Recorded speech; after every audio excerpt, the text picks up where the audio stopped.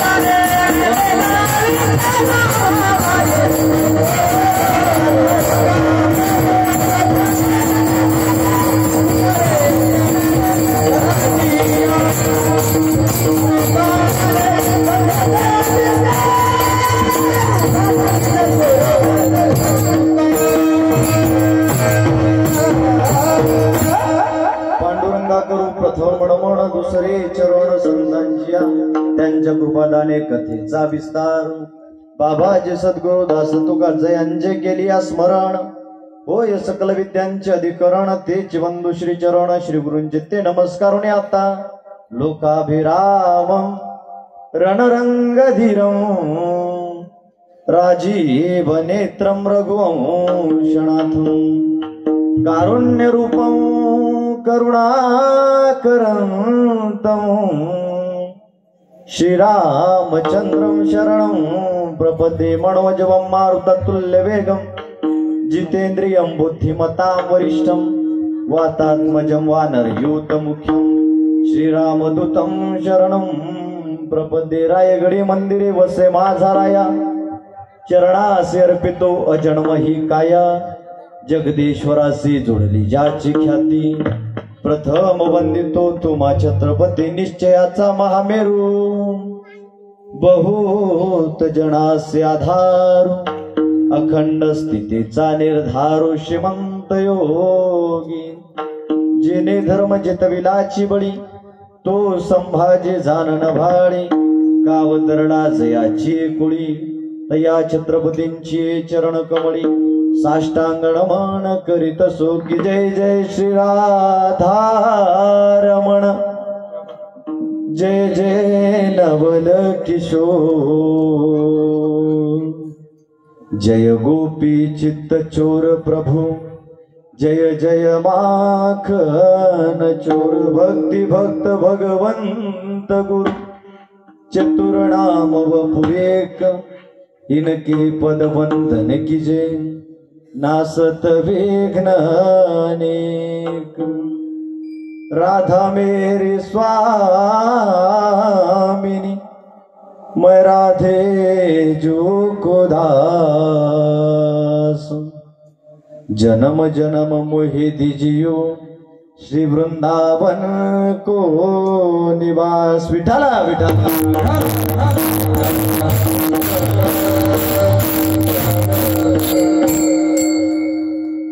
कुळीची हे कुळदेवी कुळीची हे कुळदेवी केली ठावी संतांनी बरवे झाले शरण गेलो उगविलो संकटी अलंकापूर पीठाधीश्वर कैवल्य साम्राज्य चक्रवर्ती ज्ञानियांचे राजे साधकांचे मायबाप योग्यांचे माऊली वैष्णवाग्रगणी अशा अनेक विशेषणाने उपयुक्त भगवान श्री ज्ञानोबराय अखिल परमार्थाचे परमार्थ प्राण जगद्गुरु जगतमान्य संत श्रेष्ठ श्री तुकोबराय शांती ब्रह्म पैठण निवासी नाथ बाबा आदिशक्ती मुक्ताबाई माता श्री संत निळोबाराय श्री संत नामदेवराय आणि कीर्तन श्रवणाकरता समस्त श्रोते मायबाप सगळ्यांच्या चरणारविंदी एकदा साष्टांग दंड मस्तक हे पाया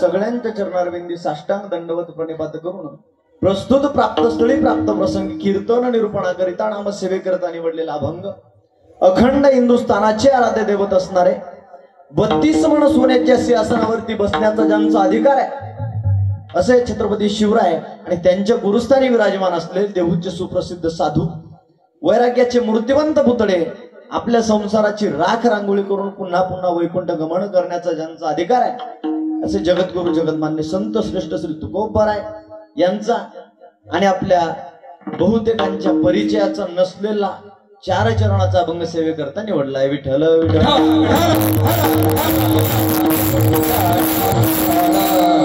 जगद्गुरु तुकोबरायांचा आहे अभंग 4 चरणाचा आहे आणि अभंग 4 चरणाचा असून अभंगातील प्रतिपाद्य विषय असा आहे की अभंगाद्वारे जगद्गुरु तुकोबराय त्यांच्या कुळाचं कुळदेवीचं महात्म्य कुळदेवीची ओळख आपल्याला पटवून देतात विठ्ठल विठ्ठल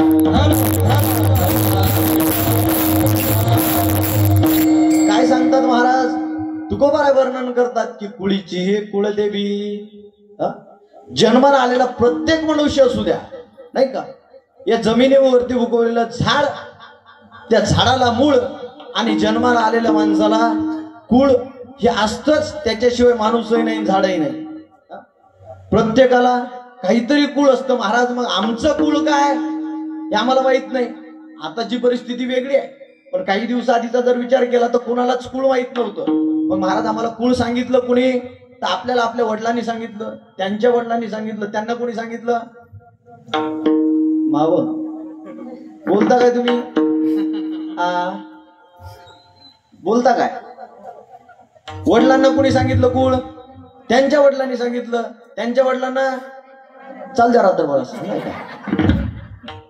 महाराज आम्हाला आमचं कुळ माहिती नव्हतं त्या कुळाची ओळख आम्हाला करून दिली कुणी केली ठावी संतांनी संत महात्मे आले त्या संत महात्म्यांनी आम्हाला आमच्या कुळाची ओळख करून दिली तुकोबराय सांगतात की बाबा मला माझ्या कुळाची ओळख झाली आणि कुळाची देवी कोण आहे नेमकं मला कळालं कळाल्याच्या नंतर बरवे झाले शरण गेलो महाराज शरण गेल्याच्या नंतर काय झालं उगविलो संकटी कुणालाही असू द्या एखाद्या जर का आपल्यावरती राग असेल त्याला शरण गेल्याच्या नंतर त्याचा राग शांत होतो बरोबर आहे काही नवऱ्याला राग येऊ द्या तुमच्या नवऱ्याला राग आला समजा संध्याकाळी तनफन करत घरी आला आणि घरी आल्या आल्या जर का तुम्ही त्याला पाण्याचा ग्लास दिला तर राग शांत होतो का नाही नाही होतो का नाही थोडा तरी फरक पडतो तुमच्या इकडे वेगळा असेल आमच्या इकडे भागाभागात परंपरा वेगळ्या असतात माय आमच्या इकडे लोक मेल्यावर जातात तुमच्या इकडे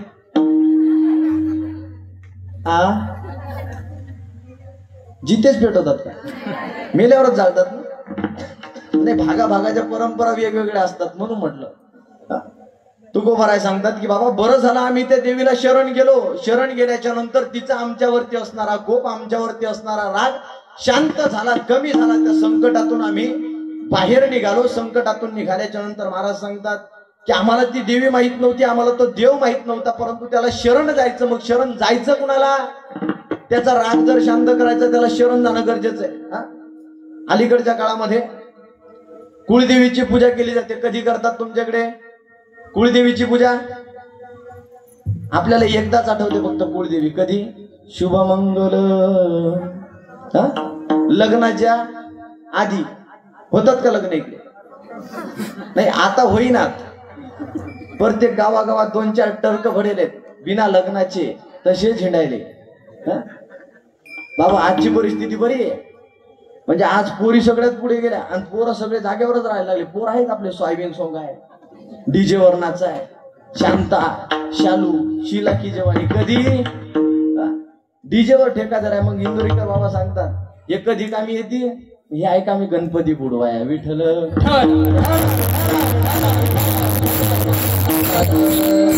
महाराज आम्हाला आमची कुळदेवी माहिती झाली. त्या कुळदेवीला आम्ही शरण गेलो. त्या संकटामधून दूर झालो, संकटातून उगवलो. ते संकट दूर झाले, परंतु नेमके शरण गेले कुणाला? नेमका तो देव आहे कोणता? तर तुकोबाराय सांगतात आणि येला रूपा बळी करोनी खळे हरिदासी.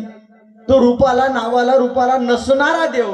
रंग नाही, रूप नाही, नाही वर्ण छाया, निराकार निर्गुण तुची रघुराया. असा असणारा परमात्मा, निर्गुण स्वरूपात असणारा परमात्मा, त्याला सगुण स्वरूपामध्ये आणलं. आणि त्या सगुण स्वरूपामध्ये आल्याच्या नंतर त्या परमात्म्याला आम्हाला त्याने हरिदासांनी, हरीचे दास, हरिदास म्हणजे जे देवाचे भक्त आहे त्याला संत म्हणा. संतांनी आम्हाला ओळख करून दिली.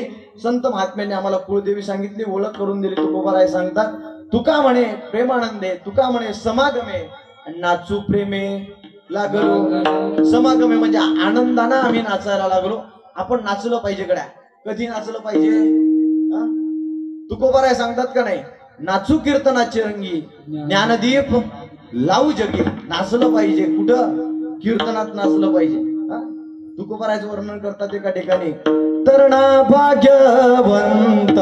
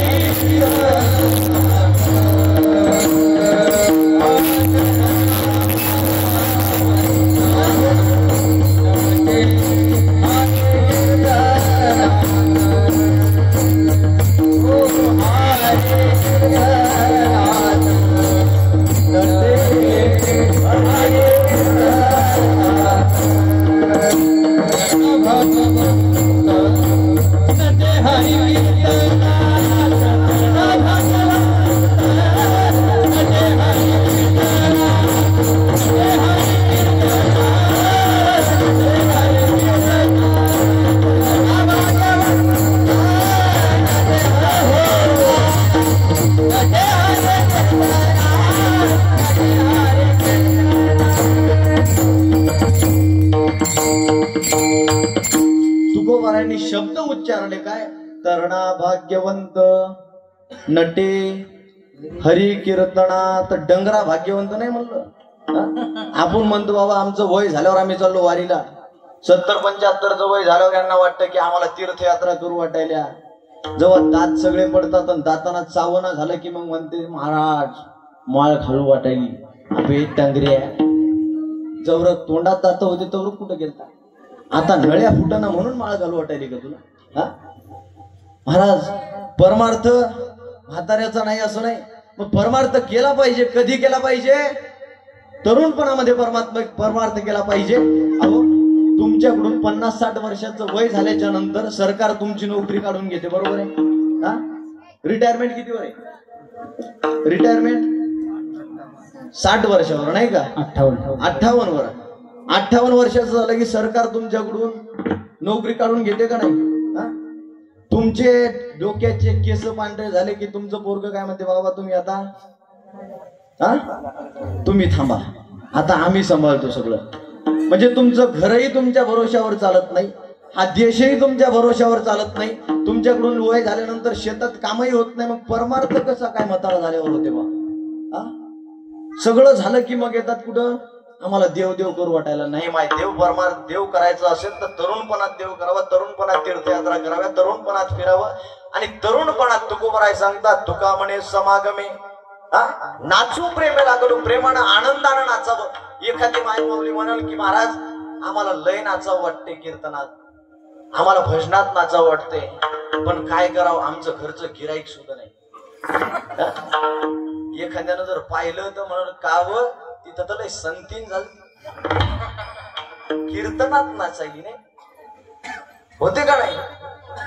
महाराज काही म्हणून द्या, लोकांचे काम असतात नावं ठेवणं. एक सूत्र आहे आमचे गुरुजी नेहमी सांगायचे की माणूसानं काही करा का नका करू जीवनात, पण एका सूत्रापासून माणसानं दूर राहायला पाहिजे. कोणतं सूत्र? LKM. लोक काय म्हणतात याच्याकडे दुर्लक्ष करायचं 100%. लोकांचं काम असतात, चांगलंही करा नावच ठेवतात, खराबही करा नावच ठेवतात. आता कालची परिस्थिती आहे, बिग बॉस चालू होता नाही का, सगळे पाहत होते का? म्हणजे कालच्या कीर्तनाला गर्दी कमी होती आणि मलाही कीर्तनात मन लागणार, कारण सूरज चव्हाण ट्रॉफी जिंकणार होता. गरीबाचं लेकरू आहे बाबा, दिवस कधी बदलतील सांगता येत नाही. त्याला सगळ्यांनी चांगलं म्हणलं का हो? आधीचा जर कमेंट बॉक्स चेक केला 70 दिवस आधीचा, तर त्याला कमेंट परत शिवी होती, प्रत्येक जण त्याला शिव्या द्यायचा. आजची परिस्थिती अशी आहे की त्याचा कमेंट बॉक्स मध्ये कौतुकाचा वर्षा होतो का नाही? दिवस बदलायला वेळ लागत नाही. लोकांचं काम असते नाव ठेवणं. लोक आज नावं ठेवतील, उद्या स्वीकार करतील, परवा नावं ठेवतील, कधीतरी एकदा त्याचा स्वीकार करतील. म्हणून आपण आपल्या चांगल्या मार्गाने चालत राहायचं. विठ्ठल विठ्ठल.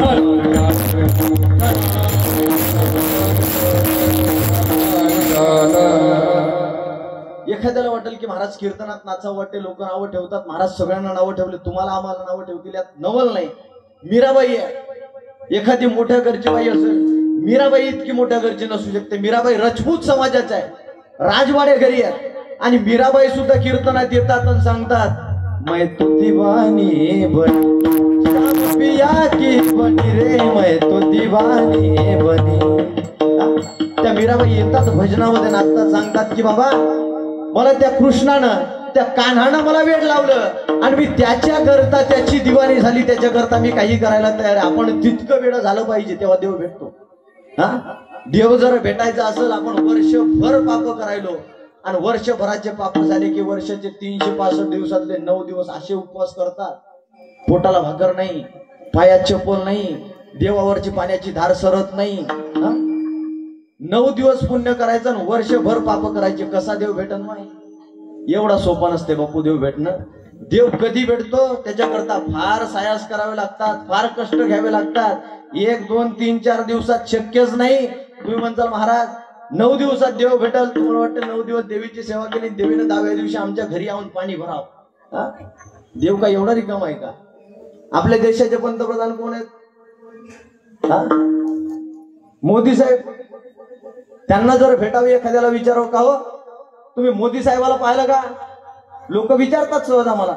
महाराज एवढे कीर्तन करायले, बोंबलत गावगाव हिंडायले, लोकांचं फुकटचं खायले म्हणतात लोक. गावगाव हिंडायले म्हणते, कीर्तन करायला. तुम्हाला आतापर्यंत देव भेटला का? ज्याला त्याच्या भाषेत उत्तर दिलं पाहिजे त्याला म्हटलं बाबा भारत देशाचे पंतप्रधान मोदी साहेब तुला किती वेळा दिसले रे? म्हणजे महाराज एवढा मोठा माणूस भेटत असते का? देशाचा पंतप्रधान आहे, सगळा देश त्याला सांभाळावं लागतं, एवढं सोपं आहे का त्या माणसाला भेटणं? म्हणलं देव तुझ्या बापाची जहागिरी आहे का?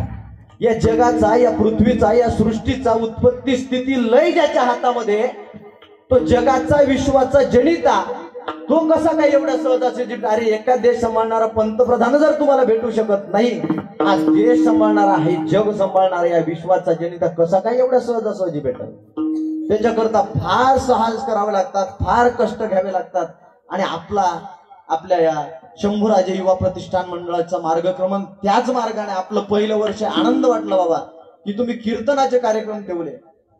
नाही तर काही ठिकाणी असतं पहिल्या दिवशी कीर्तन आणि दुसऱ्या दिवशी लावण्या.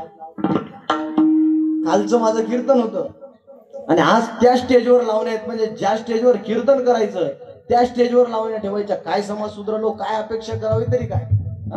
कधी कधी प्रश्न पडतो तुमचा, खरंच तुमच्याकरताच तुम्ही टाळ्या वाजवायला, तुम्ही फार सुंदर उपक्रम केला.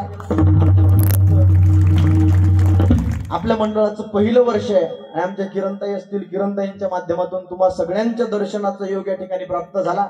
भगवंताच्या आईच्या चरणी अशी प्रार्थना करेल की आई जगदंबे, हे जे इवलेश्वर रोप लाविले द्वारी त्याचा वेलू गगनापर्यंत न्यायचं काम तुझं. आम्ही रोपट लावलं, आम्ही सुरुवात तर केली, आता हे झाड वाढवायचं कसं हे तुझ्या हाती आहे. म्हणून त्याच्याकरता जोपर्यंत चंद्र सूर्य तोपर्यंत तुम्ही हा सप्ताह हे मंडळ असं समोर नेत राहावं अशी सगळ्यांच्या भगवंताच्या चरणी प्रार्थना आहे. सगळ्यांना भेटून आनंद वाटला. मला वाटलं नव्हतं की लोक एवढे येतील, पण इथल्या लोकांना सोयाबीन सोंगायला लागत नाही. सध्या ते चालू आहे, उठ रे चिंता तोच धंदा घेतला या की निघला वावरात. सध्या तेच चालू आहे, याच्यावर धन काय. आनंद वाटला. सगळे गुणीजन मंडळी असतील, टाळकरी मंडळी असतील, माझ्यासोबत आलेले माझे बंधू असतील, आमचे निकेश दादा असतील, नाही का, आयोजक मंडळी असतील. आणि आयोजक मंडळी तरुण होते, तरुण गेले कुठं मला तेच दिसणार. एवढेच आहे का ते मंडपच्या बाहेर बसतात. परंपरा प्रतिष्ठा चालू आहे, परंपरा चालवतात लोक. मंडपच्या बाहेर बसायचं. बाबा तरुण मंडळी जर का समोर असते ना तर आणखी आनंद वाटला असता, नाही का. आमच्या किरणताई असतील, उमेश मामा असतील, सगळे टाळकरी मंडळी, मौनी बाबा संस्थेचे विद्यार्थी असतील, त्यांची माझी मागच्या वर्षी भेट झाली होती.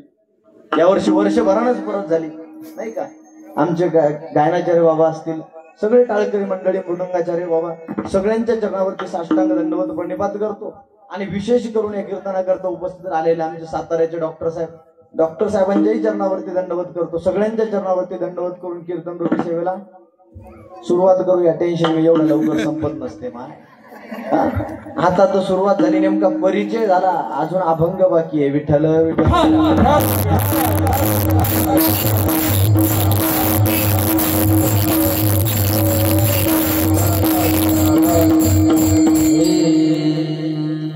तुकोबारायांचा अभंग सेवा करता निवडला. तुकोबारायांनी सांगितलं की बाबा, आम्ही आमच्या कुळाची कुळदेवी जी आहे ती कुळदेवी आम्हाला संतांनी दाखवली, संतांनी आम्हाला ती माहिती करून दिली. महाराज, हा नवरात्री उत्सव जो चालू आहे, नवरात्री उत्सव नेमका करायचा कशा करता, हा सगळ्यात महत्वाचा प्रश्न आहे. की देवी बसवायची कशा करता, देवी काऊन बसवतात महाराज, तुम्हाला माहिती आहे का. बरं, आधीच्या कीर्तनकारांना सांगितलं का. सांगितलं असेल तर मी सांगत नाही, म्हणजे टाइमपास करत. रोज रोज तेच घासण्यात काही मजा नसते बाबा, काहीतरी वेगळं ऐकायला मिळालं पाहिजे, नाही का. नवरात्र उत्सव कशा करता असतो, नेमकी याची परंपरा काय, कोणती गोष्ट जर समोर येत असेल त्याच्या मागे काहीतरी पूर्वपीठिका असते. मग नवरात्री बसवण्याच्या मागे, देवी बसवण्याच्या मागे पूर्वपीठिका काय. आजचा रंग कोणता आहे माहिती, ते बरोबर लक्षात आहे तुमचा, रंग कोणता आहे. आजचा देवीचा अवतार कोणता आहे आम्हाला काय माहित, ते नाही माहित तुम्हाला.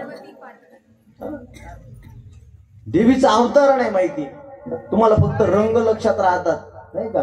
असो, पण त्या रंगाचंही एक विशेष महात्म्य आहे. महाराज 9 दिवसाचे 9 रंग कशा करता सांगितले. तर घडलं असं होतं, भगवान शंकरासोबत सती मातेचं लग्न झालं. आणि सती मातेचं लग्न झाल्याच्या नंतर सती माता कोणाची मुलगी, दक्षाची. दक्ष प्रजापती प्रत प्राप्त झाल्याच्या नंतर दक्षाला मद आलं. दक्षाला वाटलं की आपण आता प्रजापती झालो, आणि प्रजापती झाल्याच्या नंतर एखादी सभा ठेवली पाहिजे. त्या सभेमध्ये आपण आयोजन केलं, सगळ्यांना बोलवलं आणि सगळेजण उपस्थित राहिले. उपस्थित राहिल्याच्या नंतर एखाद्याकडे जर पद आलं असेल, कोणतंही पद असू द्या, त्या पदाच्या मागे एक गोष्ट चिटकून येत असते. त्याला काय म्हणतात, अहंकार, ऍटिट्यूड. अलीकडल्या भाषेतला ऍटिट्यूड, अहंकार त्या पदाच्या मागे येतो. ते पद प्राप्त झालं दक्षाला, आणि दक्ष सभेमध्ये चालत आल्याच्या नंतर सगळेजण उभे आहेत. 3 जण खाली बसलेले. कोण कोण, ब्रह्मदेव, भगवान शंकर आणि विष्णू, 3 जण खाली बसलेले आहेत. दक्षाने बघितलं, दक्षाला राग नाही आला. ब्रह्मदेवाला पाहिलं, सांगितलं अरे हे माझे आजोबा आहेत, बसले ठीक आहे. विष्णूला बघितलं, सांगितलं माझे वडील आहेत, बसू द्या. पण हा जो शंकर आहे हा माझा जावई आहे, आणि या जावयानं भरल्या सभेमध्ये माझा अपमान केला. राग आला दक्षाला, शिव्याशाप झाला. बराच दृष्टांत आहे श्रीमद भागवतामध्ये, फार सुंदर कथा आलेली, विस्तृत आलेली आहे. आपल्याकडे तेवढा वेळ शिल्लक नाही का? दक्षाचा अपमान झाल्याच्या नंतर दक्षाने शंकराचा अपमान करण्याकरता एका यज्ञाचं आयोजन केलं. यज्ञाच्या आयोजनाकरता सगळेजण यायला लागले. पार्वती माता मंदिरावरती पर्वतावरती बसलेल्या आहेत. शंकरजी आतमध्ये बसलेत आणि त्या सती मातेच्या डोंगरावरून पर्वतावरून विमान जायला लागले. विचारलं, का ग सती, म्हणे काय करतेस? काय नाही बाई म्हणे, ती बसली निवांत. म्हणे तुझ्या वडिलांच्या घरी यज्ञाचं आयोजन केलं, तुला यायचं नाही का? म्हणे माझ्या वडिलांच्या घरी यज्ञाचं आयोजन केलंय. मुलीचं असं असतं गड्या, पत्रिका तिच्यापर्यंत पोहोचली नाही, तिला निमंत्रण दिलं नाही, परंतु आपल्या माहेरचं झाकण टाकायचं माहेरावर. माहेरच्या चुकीवर झाकण टाकणं हे कोणाचं काम असतं? माव के मामा, माव झोपली काय माय? झोपू नका. माहेरच्या चुकीवर झाकण टाकता, सासरच्या चुका उघड्या करू करू ठेवता तुम्ही, नाही का? असं असतं ना, का उलट इकडे नाही? माहेरच्या चुकीवर झाकण टाकायचं. म्हणून सती माता शंकराजवळ गेल्या आणि सांगितलं, अहो तुमच्या सासऱ्यांच्या घरी यज्ञाचं आयोजन केलं, आपल्याला यज्ञाकरता जायचंय आणि यज्ञाकरता पत्रिका पाठवली होती माझ्या वडिलांनी, कदाचित आपल्यापर्यंत पोहोचली नसल. मायबाप तुम्हाला विनंती आहे, बाकी लोकांना पत्रिका द्या का नका देऊ, पोस्टानं पाठवा, त्या गावातल्या एसटीत टाकून द्या, परंतु जावयाची पत्रिका घरापर्यंत नेऊन देत असतात. जावयाची पत्रिका जर पोहोचली नाही, जावई म्हणजे काय असतो तुमच्या इकडे, काय म्हणतात त्याला? नाही, देवापेक्षा जास्त महत्व जावयाला द्यायला लागले आजकाल बाया. जावयाला म्हणजे यायला वाटते काय करून काहीच नाही. देव आल्याच्या नंतर एवढा आनंद होत नाही, कारण त्यांना माहितीये देव आला घरा त्याच्या पुढे चिरा संसारा. देव जर घरात आला तर त्याच्या संसाराला चिरा पडते. जावई जर आला तर आनंद द्विगुणित होतो. म्हणून जावया करता सांगितलं, तुम्हाला पत्रिका पाठवली होती, पत्रिका तुमच्यापर्यंत पोहोचली असं शंकरजीला सगळं माहितीये. शंकराने सांगितलं, सती माझा अपमान करण्याकरता तुझ्या वडिलांनी यज्ञाचं आयोजन केलं, तरी तुला जर जायचं असेल तर तू जाऊ शकते, तू स्वतंत्र आहे. त्या काळापासून भगवान शंकराच्या काळापासून महिलांना स्वातंत्र्य देण्यात आलं, परंतु त्या स्वातंत्र्याचा गैरफायदा आजच्या महिलांनी घेणं सुरुवात केली. तुम्हाला राग येऊ द्या, मी स्पष्ट बोलणारा माणूस आहे. आज जर का सगळ्यात जास्त गैरफायदा कोण घेत असेल तर घरच्यांच्या स्वातंत्र्याचा मुली घेतात, महिला घेतात. पण महाराज कसं काय? पुणे मुंबई सारख्या ठिकाणी जा, लव्ह जिहादचे प्रकरण किती वाढायला लागले हो. किती वाढलेत. आपल्या हिंदू धर्मातील मुली कुठेतरी फ्रीज मध्ये जाऊन अडकतात, फ्रीज मध्ये त्यांचे तुकडे होतात आणि ते तुकडे आपल्यापर्यंत पोहोचतात, तरी आपण शांत बसतो. 16-17 वर्षाच्या मुलीवरती अत्याचार होतो, तरी आपण मुख गिप घेऊन बसतो. कशा करता? म्हणजे आपण का ठेका घेतलाय का बाकीच्या लोकांचा ऐकून घ्यायचा? नाही महाराज, हिंदू धर्माची संस्कृती एवढी श्रेष्ठ आहे की ती राष्ट्रमाता राजमाता माझी जिजाऊ साहेबांपासून चालत आली, त्याच्या आधीपासून या हिंदू धर्माची संस्कृती आपल्याला टिकवता आली नाही. आपला धर्म जर सगळ्यात जास्त खराब कोणी केला असेल तर आपण केला. आपल्या इथं गरब्याचं आयोजन आहे का? गरबा चांगली गोष्ट आहे, तुमच्याकरता टाळ्या वाजवा तुम्हीच एकदा. बाबा, गरब्यामध्ये आपल्या हिंदूंच्या मुलींनी नाचावं आणि कुणीतरी परधर्मीयांनी यावं आणि आपल्या नाचणाऱ्या माय माऊलीकडे पाहावं, लाजीरवाणी गोष्ट आहे. आणि आपली महिला मंडळी काय म्हणते, आमची गुड्डी कशी ठेका धरते. अहो, गुड्डी एखादा गड्ड्या घेऊन पळून जाईल मग समजेल तुला. गुड्डीचे हाल व्हायला वेळ लागणार नाही. माझे साक्षीचे हाल झाले तेच तुझ्या गुड्डीचे होतील. म्हणून गुड्डी आताच गडा सांभाळ. आपल्या मुलींना, आपल्या मुलांना आपण संस्कार दिले पाहिजे. संस्कारहीन जर मुलं होत असतील त्याच्या मागे महिलाच कारण आहे, संस्कारवान होत असतील तरी महिलाच कारण आहे. म्हणजे महाराज कसं काय? यांचं घरात तेवढं लक्ष नसते. यांचं आयुष्य कुठं चाललं सगळं? अन्न वस्त्र निवारा या 3 गोष्टी कमवण्यात पुरुषांचं आयुष्य चाललं, की घरच्यांच्या गरजा पूर्ण करण्यामध्ये त्यांचं आयुष्य चाललं. कामावरती जातात, सगळ्यात जास्त महिला घरामध्ये असतात. महिलांनी मुलांना संस्कार दिले पाहिजे आणि सांगितलं पाहिजे की बाबा काय चांगलं आहे, काय वाईट आहे आपल्याकरता. महादेवाने सांगितलं की सती तिथं जर गेली ताह जाय कल्याण ना होई, तिथं जाशील तर तुझं कल्याण होणार नाही. म्हणून एक काम कर, जाऊ नको. स्वातंत्र्य दिलं तरी सुद्धा जायचं असेल तर जा, माझं सांगणं काम आहे. एका ठिकाणी फार सुंदर लिहिलंय गड्या, की ज्या भजनामध्ये भगवंताचं नाव नाही तिथं आपण त्या भजनाला आपण गायलं नाही पाहिजे, त्या भजनाला म्हटलं नाही पाहिजे. ज्या ठिकाणी गेल्याच्या नंतर आवत ही हर्षे नहीं नैनो में स्नेह तुलसी उस घर मत जइयो कंचन बरसत में. आपण गेल्याच्या नंतर जर एखाद्या घरात आनंद होत नसेल, आपण त्या घरी गेलो नाही पाहिजे. जिस घर पर आदर मान नहीं उस घर पर जाना ना चाहिए. जिस भजन में प्रभु का नाम नहीं उस भजन को गाना ना चाहिए. विठल विठल.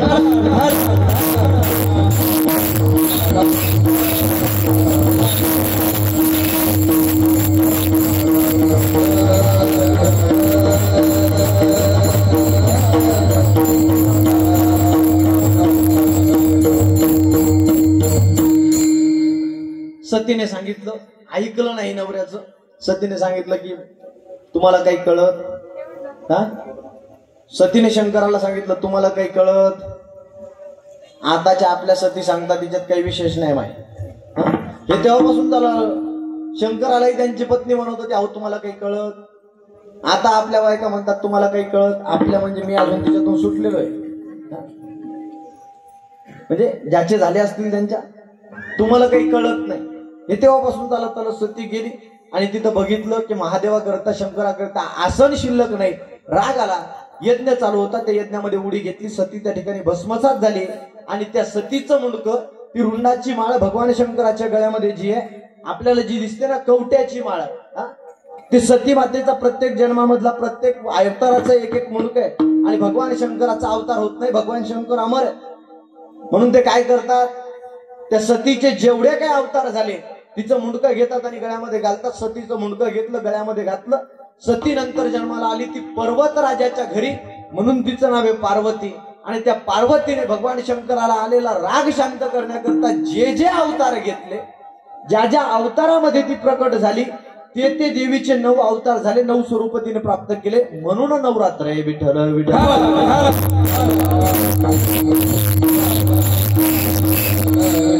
महाराज कळाला आम्हाला नवरात्र कशा करताय.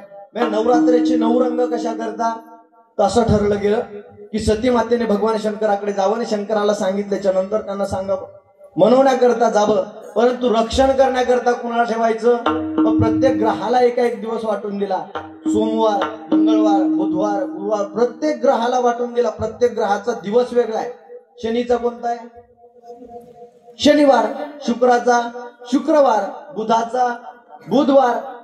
प्रत्येक दिवसाचा ग्रह वेगळा आहे आणि त्या दिवसाचा ग्रह वेगळा असल्याच्या नंतर त्या ग्रहाचा रंग वेगळा आहे.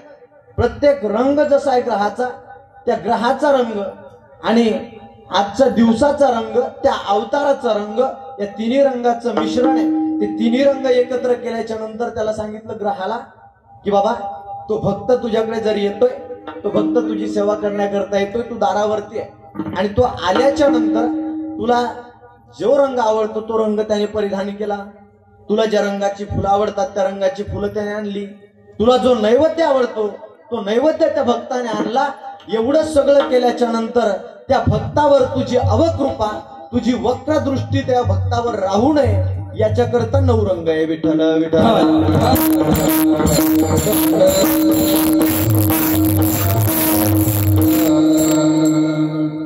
म्हणून 9 दिवसाचे 9 रंग, 9 अवतार हे देवीचे झाले. आणि म्हणून नवरात्र आपण साजरी करतो. वर्षाच्या 365 दिवसामधल्या 10 रात्री सगळ्यात महत्वाची आहे बाबा. नवरात्रीच्या 9 आणि एक महाशिवरात्रीची रात्र, या 10 रात्रीला विशेष मानलं जातं. आपण त्या दिवशी होईल तेवढी साधना, होईल तेवढी उपासना केली पाहिजे. महाराज मी या मताचा माणूस आहे की एकदा तुम्ही उपवास नाही केले तरी चालतील. मग काय करावं, सकाळी उठल्याच्या नंतर कमीत कमी 1000 वेळा तरी भगवंताचं नामस्मरण झालं पाहिजे. प्रश्न पडतो महाराज देवाचं नाव घ्यायचं कोणत्या, आम्ही कोणत्या देवाचं नाव घ्यायचं, नेमकं नामस्मरण करायचं कुणाकरता. तर वारकरी संप्रदाय असा संप्रदाय की त्या संप्रदायाने उघडा मंत्र ठेवून दिला. कोणता, रामकृष्ण हरी. सगळ्यांना तोच मंत्र दिला. कान मंत्राची परंपरा वारकरी संप्रदायात नाही आणि आपण सगळे त्या संप्रदायाचे पाईक आहे. म्हणून रामकृष्ण हरीचा जप करावा. किती कमीत कमी 1000 वेळा, 9 दिवसामध्ये 9000 वेळा तरी जप झाला पाहिजे. म्हणजे आपली सेवा त्या भगवतीपर्यंत, आईपर्यंत पोहोचण्याचा प्रयत्न होईल तिथपर्यंत पोहोचेल. आणि आपण होईल तेवढा नामस्मरण, चिंतन, श्रवण, नवविध नावाची भक्ती जी आहे श्रवणम कीर्तनम विष्णू स्मरणम पादसेवनम अर्चनम वंदनम दास्यम सख्यम आत्मनिवेदनम या नवविधा भक्तीचा स्वीकार आपल्या अंतकरणामध्ये केला पाहिजे आणि त्याला धरून समोर जाण्याचा प्रयत्न करावा. विठ्ठल विठ्ठल.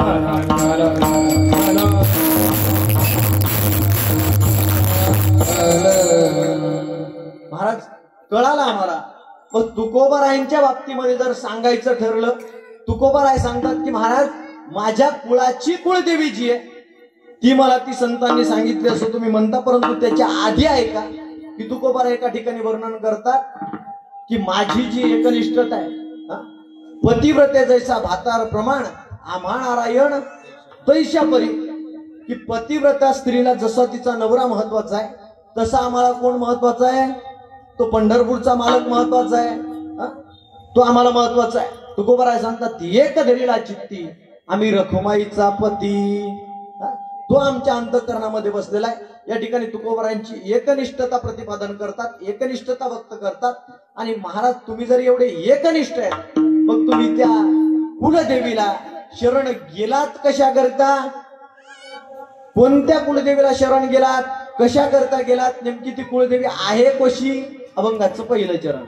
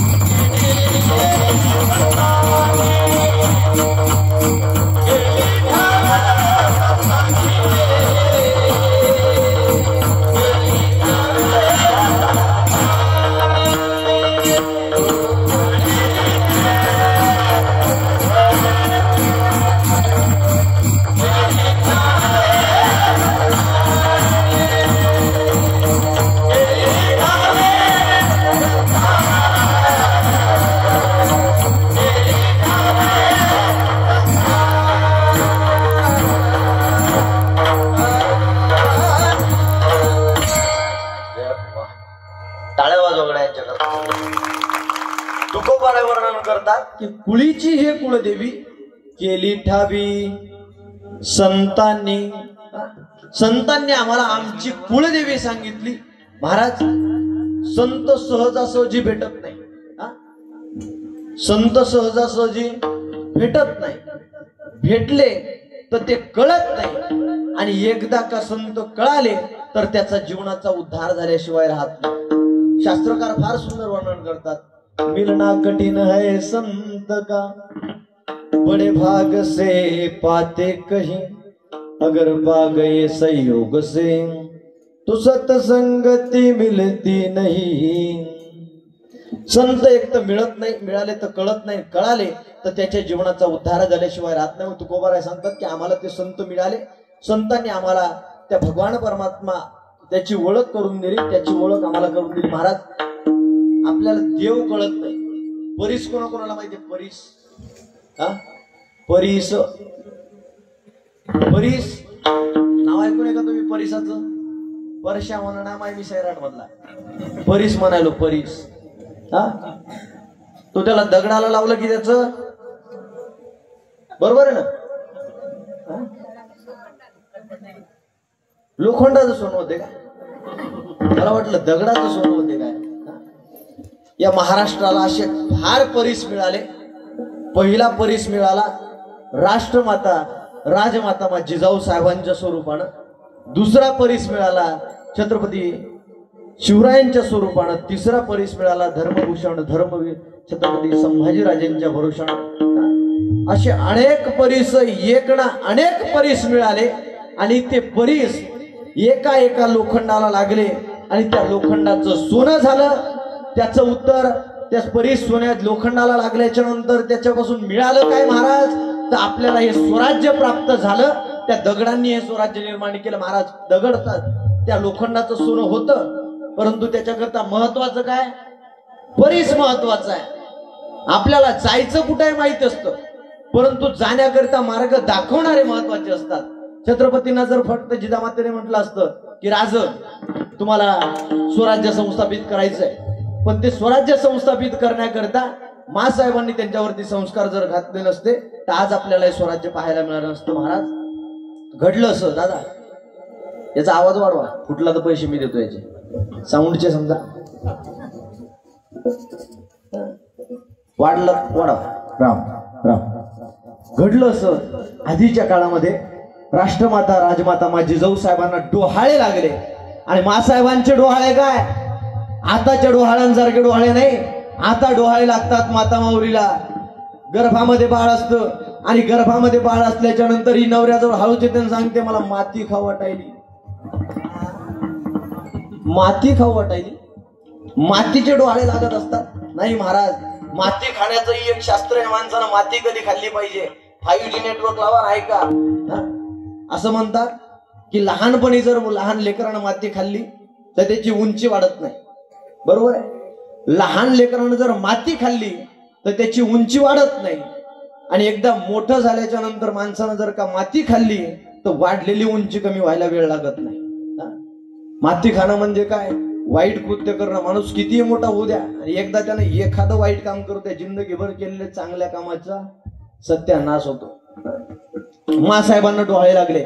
राष्ट्रमाता राजमाता मा जिजाऊ साहेबांनी शहाजी राजांना सांगितलं की राज आम्हाला असं वाटतं घोड्यावरती बसावं ती शमशेर हातामध्ये घ्यावी आणि टक टक टक टक घोड्याच्या पावलं चापा टाकत टाकत टाकत टाकत जावं आणि त्या शत्रूचा निपात करावा. त्या शत्रूचा सैतोष करावा. त्या शत्रूचा खात्मा करावा. मासाहेबांना डोहाळे लागले आणि तेव्हापासून हिंदवी स्वराज्याचं स्वप्न आपल्या उरामध्ये बाळगणाऱ्या राष्ट्रमाता राजमाता मा जिजाऊ साहेब आपण भाग्यवान लोक आहे की आपण त्या बुलढाणा जिल्ह्यामध्ये जन्माला आलो. ही कूस या स्वराज्याला संस्थापित करणारे छत्रपती शिवराय ज्या कुसेने या महाराष्ट्राला दिले या भारताला दिले या जगाला दिले की कूस या बुलढाणा जिल्ह्याची म्हणून आपण भाग्यवान लोक आहे.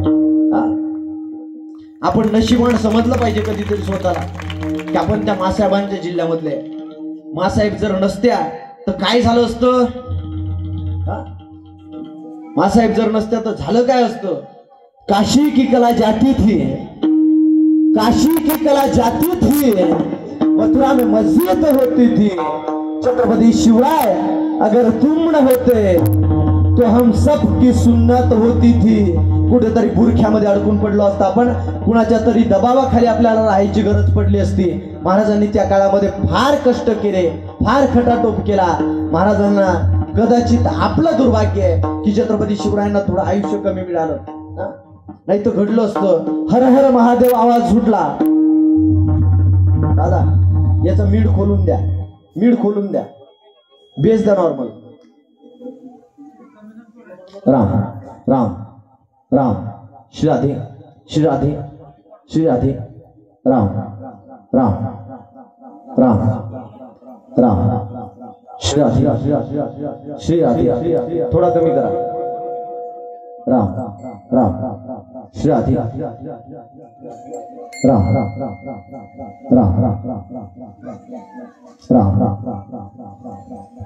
राम राम, नॉर्मल बेस कमी करा। राम राम हॅलो सुटला, हर हर महादेव आवाज सुटला आणि मुघलांच्या कपाळावरती घाम फुटला। मराठ्यांच्या झळकल्या नंग्या तलवारी, मुघल पळती माघारी। शिवबा शिवबा तुम्ही जर अजून 10 वर्ष जगला असतात त्या मुघलांनी सुद्धा कपाळावरती भगवाच लावला असता। ही ताकद आमच्या छत्रपती शिवरायांच्या नावाची आहे। आजही 350 वर्षाच्या नंतर आपलं छत्रपती शिवरायांचं नाव ऐकल्याच्या नंतर आपल्या अंगामधलं रक्त सळसळायला लागतं आणि कधीतरी वाटतं की आपणही त्या काळामध्ये जर असतो तर आपणही छत्रपतींच्या सोबत लढलो असतो, आपणही कदाचित त्या स्वराज्याचा भाग झालो असतो। नशिबान लोक आहे आपण। महाराज छत्रपती शिवराय जर नसते तर आपले हाल हाल झाले असते। महाराजांनी एक एक मावळा जमा केला, स्वराज्य सहजासहजी मिळालं नाही, त्याच्याकरता फार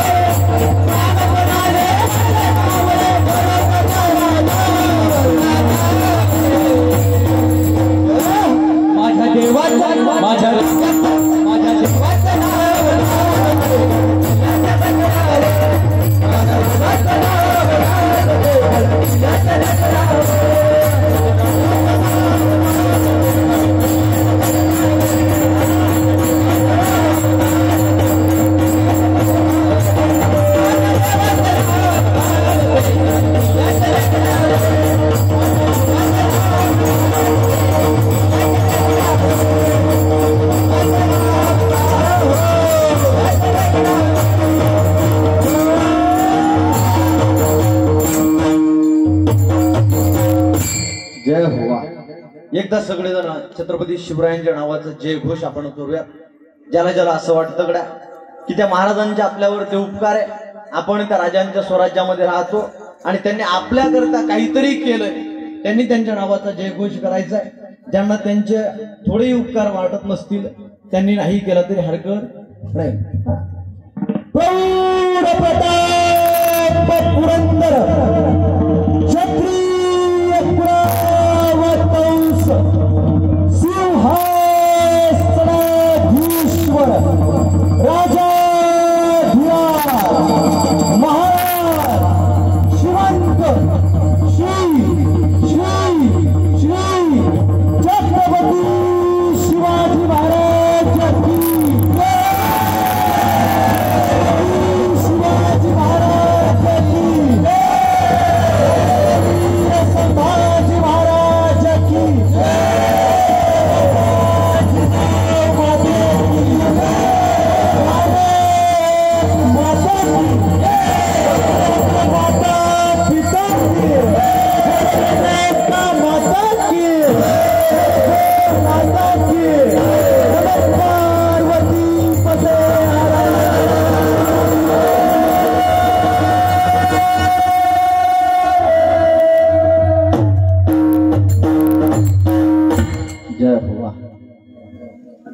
झोपा उडल्या का मावशी? हा आलेच नाही का झोपाला? नाही मग चांगलंय, चालली आपण झोपा उडेपर्यंत. म्हणजे एकदा झोप डुकली लागू द्या तुम्हाला, तुमची डुलकी लागल्याच्या नंतर परत एकदा म्हणू, म्हणजे तुमची झोप उडली पाहिजे. नाही का महाराज? आम्हाला छत्रपती शिवरायांचे फार उपकार आहे महाराष्ट्रावरती. या भारत देशाचा जर विचार केला, आपल्या हिंदू संस्कृतीचा जर विचार केला, हिंदू संस्कृतीवरती सगळ्यात महत्वाचे उपकार या महिलांनी केले. सगळं धर्म यांनी सांभाळला. माता माऊल्यांनो खरंच तुम्ही श्रेष्ठ गड्या. तुम्ही जर नसतात तर प्रभू श्री रामचंद्र जन्माला आले नसते. तुम्ही जर नसतात भगवान श्रीकृष्ण परमात्मा जन्माला आला नसता. तुम्ही जर नसतात छत्रपती शिवराय धर्मवीर छत्रपती शंभूराजे जन्माला आले नसते.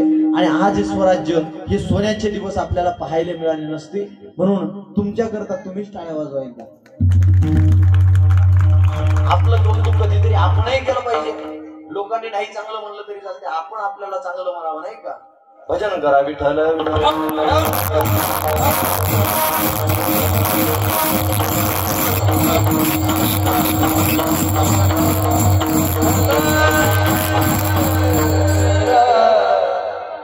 आपण चांगल्या मार्गावर जर जात असेल त्याच्याकरता मार्ग दाखवणारा कोणतरी असला पाहिजे. तुकोबाराय सांगतात की बाबा आम्हाला आमच्या कुळाची देवी माहिती झाली. ती कुळाची देवी माहिती करण्याकरता आम्हाला संतांनी फार सहकार्य केलं. केली ठावी संतांनी आम्हाला त्या मार्गावरती घेऊन गेले. आणि संत महात्मे एक काम करत असतात गड्या. संत महात्मे बुडणाऱ्या माणसाला वाचवण्याचं काम करत असतात. त्यांना बुडते हे जन न देखवे डोळा.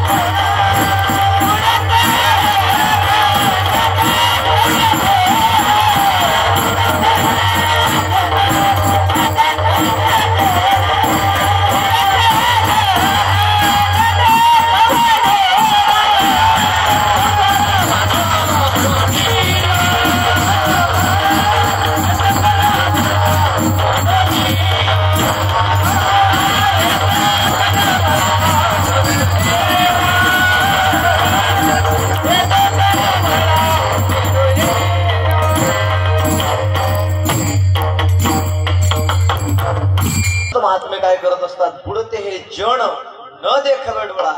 वाईट मार्गाने वाम मार्गाने चाललेल्याला सांगणं हे संतांचं काम असतं. एक छोटासा दृष्टांत सांगतो. काय झालं?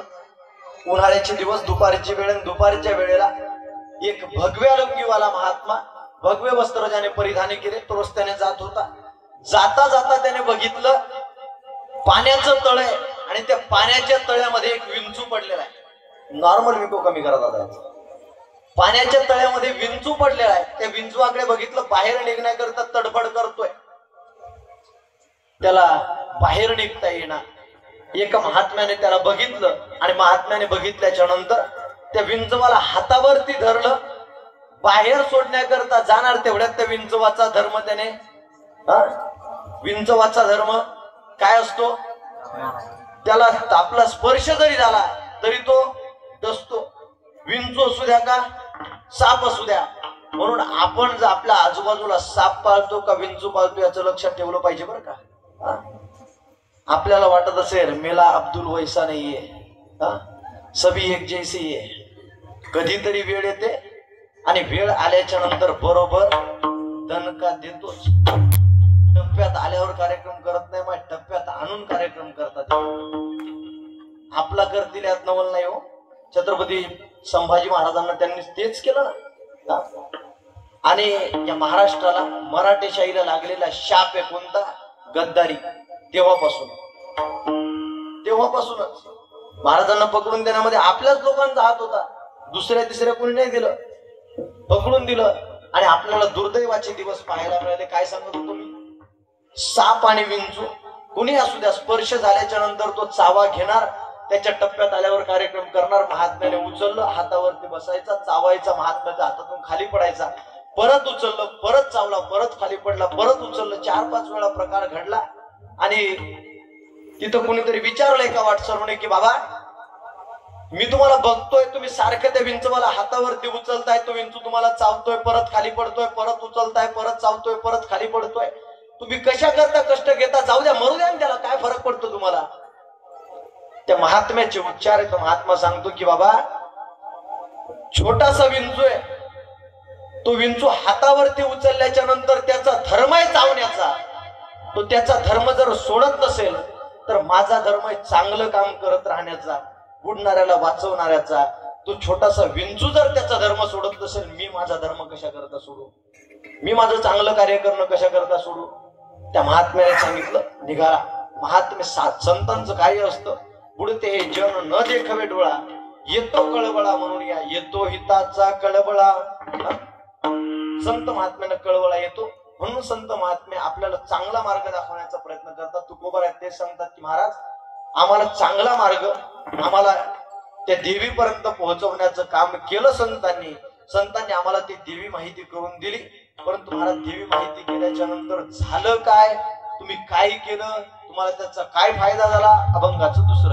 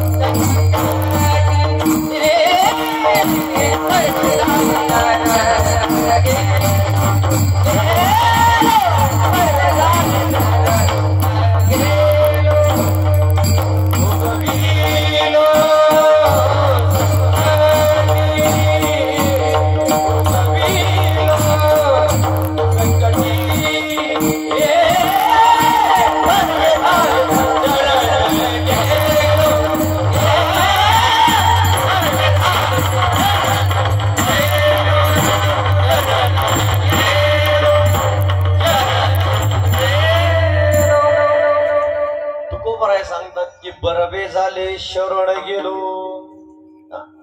आम्हाला ती देवी माहिती झाली, संतांनी माहिती करून दिली आणि करून दिल्याच्या नंतर आम्ही त्याला शरण गेलो. शरण गेल्यामुळे उगविलो संकटी. आपण शरण कुणाला गेलं पाहिजे हे फार महत्वाचं. शरण जाण्याकरिता आपण एखाद्याचं जर का वर्णन करत असेल, गड्या एखाद्याचं वर्णन जर करत असेल, कुणाचं वर्णन करतो माणूस, समोरचा वर्णन करण्याच्या पात्रतेचा असला पाहिजे. दुसरी गोष्ट, समोरच्याकडे आपलं काहीतरी काम असलं पाहिजे, नाही का? त्याच्याकडून आपल्याला काहीतरी लाभ असेल तर आपण मूर्खाचंही वर्णन करतो. बरोबर आहे का? तुम्हाला अनुभव आहे का त्या गोष्टीचा? माव ते झोपली काय?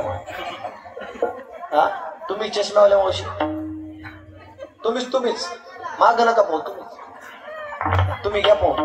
कधी पाहिलं नाही त्याला, पापा एकदा. आपण वर्णन कुणाचं करतो? संसारामध्ये आपण वर्णन करतो कडे एकमेकांचं. संसारामध्ये सासू सुनेचं वर्णन करते. कारण काय? बरोबर आहे का? वर्णन करते ना सासू सुनेचं. करतात का तुमच्याकडे? आमच्याकडे बदोकर म्हणतात त्याला, शुद्ध शब्दात. आजपर्यंत मी सासू ऐकले नाही की तिने सुनेचं वर्णन केलं, फक्त बदोकरच केला. तुमच्याकडे काय करतात? तुम्ही बोलत नाही काय? का बोलायचे तुम्हाला अलग पैसे लागतात? तुम्ही म्हणताल महाराज आम्ही सगळं बोलायचं, मग तुला काय रे बोलायला पैसे देऊ? तू काम कर, आम्ही आमचं काम करतो. जे नको काम ते नको. बोलण्याकरता बोलत जा. माहिती तुम्ही बोलले म्हणजे मला बरं वाटते. म्हणजे असं वाटते बाबा हा येत नाही त्या, नाही तर तोंडा अशी पाडून बसायल्या असं वाटतं राम महाराज म्हणत आहे की बसवला आले इथं मौतीला. तसं करू नका बाय, तोंड चांगले ठेव जा. काय करतात तुमच्या इकडे? हा, आता बरं वाटत. खरं बोलायला काय अडचण? करता तर करता नाही. सासूजन सुनेचं तेच असतं. असो, बहीण भावाचं वर्णन करते, बहीण भावाचा बरोबर करत नाही. माय बहीण भावाचं काय करते? वर्णन करते.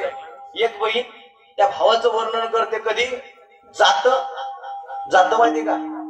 ती एकदाच बाहेर निघते. आता घरात लग्न असतं तेव्हा, नाही तर जात कुणीकडे जात. काही गोष्टी लुप्त व्हायला लागल्या. उखळ माहिती का? उखळ तिच्यात आधी काय काढत होत्या? गहू ज्वारी काढायच्या का नाही? आता काढता का? नाही. काळ गेला निघून, त्या गोष्टी मागं पडल्या. काही दिवसानं टीव्ही मागं पडणार आहे. फक्त काय येणार आहे? असं मोबाईल. दिवसभर स्क्रोल करायले हो. टाइम कसा चालला कळेना. एक क्षण महत्वाचा आहे. 3 GB डाटा पुरे ना बाबा दिवसभर.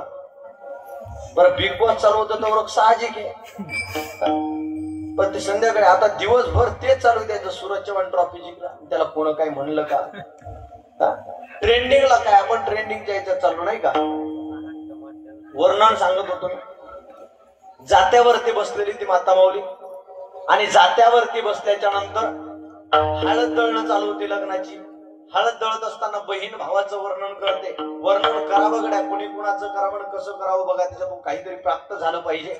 बहीण भावाचं वर्णन करता करता म्हणते, निंबाच्या झाडाखाली माझा बंधू दारू पाडी, कोण्या मिल्यानं केली खोडीनं आली माय पोलिसाची गाडी. माव तेव्हा हिच्यातून काय घेण्यासारखं काय बा? नेमकं हिच्यातून एकच गोष्ट समजते की हिचा भाऊ पक्का बेवडा होता. म्हणजे हा दारू जरा घरी पाडते निंबाच्या झाडाखाली म्हणल्यावर किती बेवडा असला पाहिजे बाबा. बरं, आपण वर्णन करताना करावं गड्या. संत महात्मे वर्णन करतात, माऊली ज्ञानोबारायांचं सगळेच वर्णन करतात. आपणही वर्णन करतो संतांचं, आपणही भगवंताचं वर्णन करतो. त्या भगवंताला आळवतो, आणि भगवंताला आळवल्याच्या नंतर कधी असं वाटतं की त्या भगवंताने यावं आणि आपल्याला दर्शन द्यावं. तुकोबाराय सांगतात की बाबा आम्हाला त्या संत महात्म्यांनी मार्ग दाखवला, त्या संतांचं आम्ही वर्णन केलं, आणि बरं झालं आम्ही त्याला शरण गेलो. वर्णन कुणाचं करायचं मी हे सांगत होतो. शरण कुणाला जायचं आणि वर्णन कुणाचं करायचं? शरण कुणाला गेलं पाहिजे? आपण दर्शन कुणाचं घेतलं पाहिजे? आपल्यापेक्षा मोठ्या माणसाचं. बरोबर आहे. मग चांगदेव महाराज 1400 वर्षाचे होते, मुक्ताई 16 वर्षाच्या होत्या. मुक्ताईनं का दर्शन घेतलं नाही चांगदेव महाराजांचं? प्रश्न पडतो ना. की 1400 वर्षाचे तप्त योगी चांगदेव आहेत. चांगदेव महाराजांना म्हणावं लागतं की चांगदेव म्हणे आजी जन्म आलो आणि गुरुपुत्र झालो मुक्ताईचा. चांगदेव महाराज म्हणतात की बाबा मी आज जन्माला आलो. आपल्यापेक्षा अधिकारी व्यक्ती जर असेल त्या अधिकारी व्यक्तीला आपण शरण गेलं पाहिजे. आपल्या तुकोबराय सांगतात आम्ही त्याला शरण गेलो. कुळाची कुळदेवी त्या कुळदेवीला आम्ही शरण गेलो. आज आम्हाला सगळ्यात महत्वाचा पडलेला प्रश्न तुमची कुळाची कुळदेवी नेमकी आहे कोण? तिचं नाव तुम्ही आतापर्यंत सांगितलं नाही. तिचं नाव काय? आम्हाला तिचं नाव सांगा, तिचं रूप सांगा, तिचं स्वरूप सांगा. नेमकी आहे कशी, दिसते कशी, राहते कुठे? तर तिचं स्वरूप सांगतात अभंगाच्या 3ऱ्या चरणात.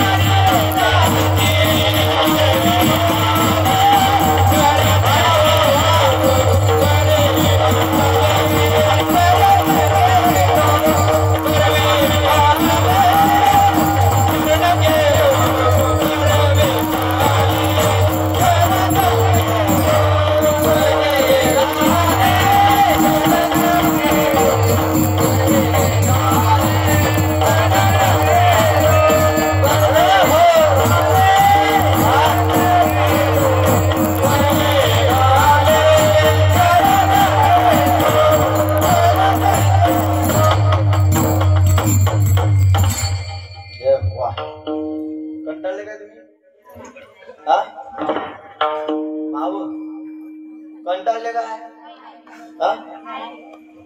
कटाळा आला काय? जोरात म्हणा ना. कटाळा नाही, कटाळा आल्यासारखा म्हणतात नाही. एखादं काम सांगावं जीवावर आल्यावर लेकरू म्हणते आई मी नाही करत नव. त्याला माहिती आपल्यालाच करायला लागणार. आणि तुम्हाला माहिती आता काही झालं याची बडबड आपल्याला.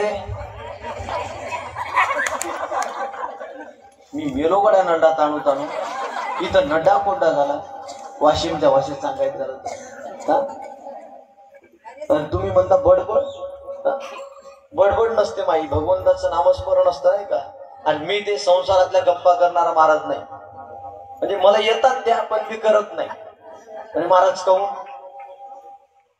मी थोडा वेगळ्या विचाराचा माणूस आहे. लोकांना आवडावं म्हणून मी कीर्तन करत नाही, मला आवडावं म्हणून कीर्तन करतो. कधीतरी एक दिवस लोकांना आवडल ते. आज नाही आवडलं, उद्या नाही आवडलं, कधीतरी आवडलं. आणि नाही आवडलं लोकांना तर त्याला जरी आवडलं गाड्या त्याच्याकरता कीर्तन केलं पाहिजे. आपण एक गोष्ट बोलू काय, तुमचं मनोरंजन करायला मी काय गौतमी पाटील, मी राम पाटील होय माय. लोक म्हणतात महाराज ठसकेबाज कीर्तन होते. अरे कीर्तन ठसकेबाज असते नाही रे भाऊ. कीर्तनात परमार्थ सांगावा, देवाच्या गोष्टी कराव्या, देवाचं नामस्मरण करावं. म्हणून विचारलं तुम्हाला बोर झाल्या काय, तुम्हाला हसायची सवय लागली असं, तुम्हाला कीर्तन पाहिजे तुफान विनोदी कीर्तन, नाही का? बोर नाही झालं ना, मग करू काय? बोर करू का कीर्तन करू? नाही, बोर करू का कीर्तन करू बा? नाही तर माणसाला होते की किती वेळ झाला एकच चॅनल लावलं, आडोटाईची ना तू तर दुसऱ्या दिशेना, याच थोबाड पाहिली मेल्याच कधी जाते काही. थांबा मग एकदा भजन करा, विठ्ठल विठ्ठल.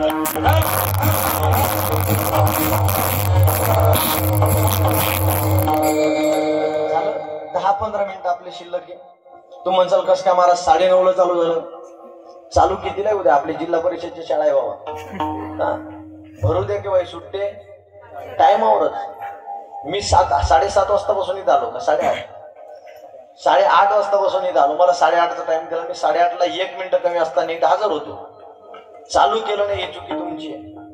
झालं 10 ते 15 मिनिटं शिल्लक आहे. तू गोबराय सांगतात की बाबा मी त्या देवाला शरण गेलो. कोणत्या देवाला शरण गेलो? तो संत महात्म्यांनी, तो हरीच्या दासांनी आदिला रूपाबळे करुणी खळे हरिदासी. तो नावाला नव्हता, रूपाला नव्हता, तो कोणताच रंग नाही, रूप नाही, नाही वर्ण छाया असा असणारा निर्गुण स्वरूपातला परमात्मा. त्या परमात्म्याला सगुण साकार स्वरूप प्राप्त करून दिलं आणि ते सगुण साकार स्वरूप आमच्या समोर उघड केलं आणि सांगितलं. तुकोबारायांना प्रश्न पडला. लोक विचारायला का हो तुकोबाराय, तुम्ही वर्णन नेमकं भगवान पंढरीशी पांडुरंग परमात्म्याचं जर करत नाही, प्रश्नार्थक चिन्ह आहे. तर तुकोबारायांनी पंढरीशी पांडुरंग परमात्म्याचं वर्णन व्याकरणाच्या भाषेत 3ही लिंगामध्ये केलं. पुल्लिंगामध्येही केलं, स्त्रीलिंगामध्ये केले आणि नपुसक लिंगामध्येही केलं. महाराज काय पुल्लिंग? तो हा विठ्ठल बरवा, हा पुल्लिंग आहे. तो हा पुल्लिंग सांगितलं. सुंदर ते ध्यान उभे विटेवरी, नपुसक लिंगामध्येही वर्णन केलं. आणि तुकोबाराय सांगतात की बाबा स्त्रीलिंगामध्येही वर्णन केलं. कसं वर्णन केलं? आषाढी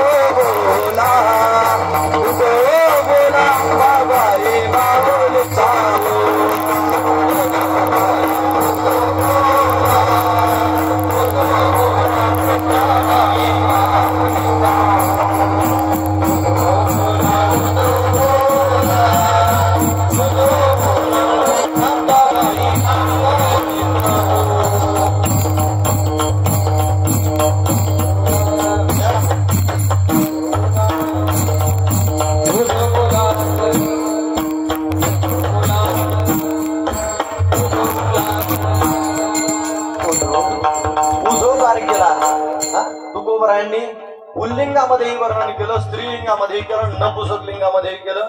तुकोबराय सांगतात की माझी जी एकनिष्ठता आहे ती एकनिष्ठता त्याच्यामध्ये निष्ठा निष्ठी नाही, ती फक्त एकनिष्ठता आहे कुठे? भगवान पंढरीश पांडुरंग परमात्म्याच्या चरणावरती. आणि तो पंढरीश पांडुरंग परमात्मा कधी देवीच्या रूपाने, कधी दैत्याच्या रूपाने, कधी राक्षसाच्या रूपाने, कधी कोणतं स्वरूप घेईल सांगता येत नाही. तो अनेक वेळा भक्ताला जसं जसं स्वरूप पाहिजे तसं तसं तो प्रकट झाला. आता नवरात्रीच्या याच्यामध्ये देवीच्या स्वरूपामध्ये प्रकट झाला, नाही का? एका जनार्दनी आंबा उभी कर ठेवून कटी. कुणाचं वर्णन केलं? कर ठेवून कटी पांडुरंग परमात्मा. आणि एका जनार्दनी आंबा उभी त्या गोंधळाला बोलवण्याकरता परमात्म्याला आळवतात आणि सांगतात की तो पंढरीचा पांडुरंग परमात्मा त्या विटेवरती उभा आहे. त्या विटेवरती उभा असणाऱ्या परमात्म्याचं आम्ही चिंतन करतो, त्याचं मनन करतो. महाराज कोणत्याही लिंगामध्ये असू द्या त्यांनी वर्णन केलं आणि वर्णन केल्याच्या नंतर आपल्याला त्या पांडुरंग परमात्म्याला आळवण्याकरता सांगितलं. तुम्ही आम्ही पांडुरंग परमात्म्याची सेवा करतो यात नवल नाही. छत्रपती शिवरायांच्या कीर्तनामध्ये बसायचे असे जगद्गुरु जगतमान्य संत श्रेष्ठ तुकोबराय, तुकोबरायांनी कीर्तन करावं. आणि तुकोबरायांच्या कीर्तनात छत्रपतींनी आपल्याला नेमकं करायचं काय? धर्माचे धडे, धर्माचे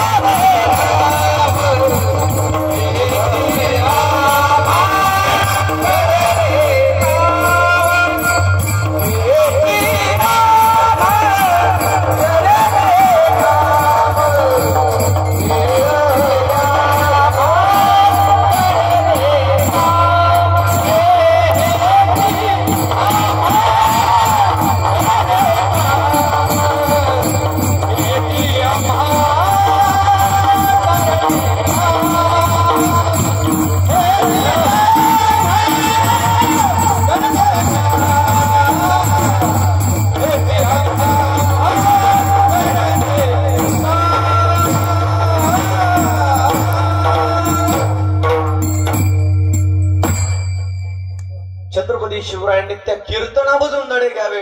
आणि तिथं तुकोबारांनी उपदेश केला की महाराज तुम्हाला जर काही देशाकरता काही करायचं असेल, तुम्हाला जर वाटत असेल की आम्ही आनंदी झालं पाहिजे, तर त्याच्याकरता तुम्ही एक करा, कंठी मिरवा तुळशी, व्रत करा, एकादशी. तुकोबारांनी उपदेश करावा. छत्रपतींना सांगितलं धर्माचे पालन करणे, पाखंड खंडन, त्या पाखंडाचं खंडन करायचं. पाखंड म्हणजे काय महाराज? अंधश्रद्धा. ते अंधश्रद्धा दूर करण्याचं काम केलं स्वराज्य संस्थापक राष्ट्रमाता राजमाता मा जिजाऊ साहेबांनी. घडलं काय? 1600चा काळ. आणि त्या 1600च्या काळामध्ये मासाहेबांना असं वाटलं की आपण आता स्वराज्याची संस्थापना केली पाहिजे. स्वराज्याची संस्थापना करण्याकरता मासाहेबांनी ठरवलं की आपण इथं राहायचं नाही, आपण जायचं कुठे मासाप निघाल्या त्या भकास पडलेलं पुणे, उदास पडलेलं पुणे, आणि त्या पुणेच्या परिसरामध्ये गेल्या.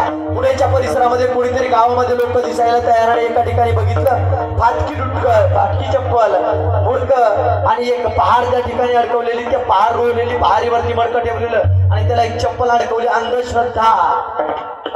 मासाहेबांनी बघितलं आणि मासाहेबांना वाटलं गावामध्ये लोक राहायला लागले नाही. असं सांगितलं होतं की जो कोणी या पहाडीला स्पर्श करेल त्याचा वंश विध्वंस होईल, त्याच्या घरामध्ये एकही जण टिकणार नाही. त्या भीतीने सगळी जण गाव सोडून जायला लागली, बाहेर राहायला लागली. आणि असं करता करता मासाहेब तिथं पोहोचल्या. मासाहेबांनी ती परिस्थिती बघितली आणि त्या परिस्थितीमध्ये मासाहेब उभा राहिल्या आणि मासाहेबांनी आवाज दिला, हे बाबांनो परत या, परत या. कुठे? तुमच्या गावात परत या. मासाहेब तिथं जाऊन उभे आहेत आणि मासाहेबांनी सांगितलं की बाबांनो परत या, तुमच्या घरामध्ये राहा. मासाहेबांना सगळेजण एकत्रित झाल्याने विचारलं, मासाहेब आम्ही परत यायचं, परंतु यायचं कुणाच्या भरोशावरती? तेवढ्यात मासाहेबांचा हात आपसुकच छत्रपती शिवरायांच्या डोक्यावरती फिरला आणि सांगितलं, तुमच्या बालराजेंच्या भरोशावरती, तुमच्या छत्रपतींच्या भरोशावरती हाच हाच हाच मराठ्याचा छावा तुमच्या करता काहीतरी चांगलं करेल, तुमच्या करता सोन्याचे दिवस आणून देईल. हाच तो, याच्याच भरोशावरती इथे यायचं. आणि हळूहळू हळूहळू लोक यायला लागली, करगत बजायला लागली, गाव कुजबुजायला लागली, लोक राहायला लागली, राहत आहेत. परंतु आता खायचं काय? सगळ्यात मोठा प्रश्न आहे पोटाचा.